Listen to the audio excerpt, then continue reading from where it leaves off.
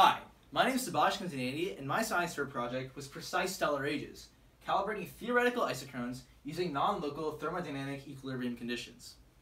So my project was really about these three words, precise stellar ages. I was trying to calculate how old stars are. The stars, like our sun, you know, is 4.5 billion years old, and that's a really insanely long time.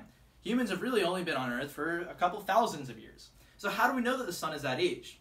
We use properties like its temperature, or how hot it is, and how large it is, its mass, how much it weighs, and how large it is in general, just its size. And based on those properties, we can determine the age of the star itself. And that's what we did with our sun. So one of the tools that we have to do that for stars that are really far away are isochrones. Isochrones are currently based on models known as LTE. And what's really important about LTE is that they're not all that accurate. What's more accurate are NLTE models. But NLTE models have never been used to calculate the age of stars. You may be wondering why, if they're so much more accurate. It's because they're also much more difficult to understand, and they're also much harder for computers to use. So because of that, no NLTE models have ever been used to calculate the age of stars. My project was for the first time use an NLTE model to recalculate these isochrones that can then be used to more accurately calculate the age of stars. And in doing so, I found that we could be overestimating the age of stars by 2 billion years. We could be saying that they're 2 billion years older than they actually are. And that's a really insanely large difference, considering that the age of our universe is only 13 billion years right now. It'd be like if somebody told you that you were actually 10 when you're only 8. That's a really, really large difference. So that was the end result of my project.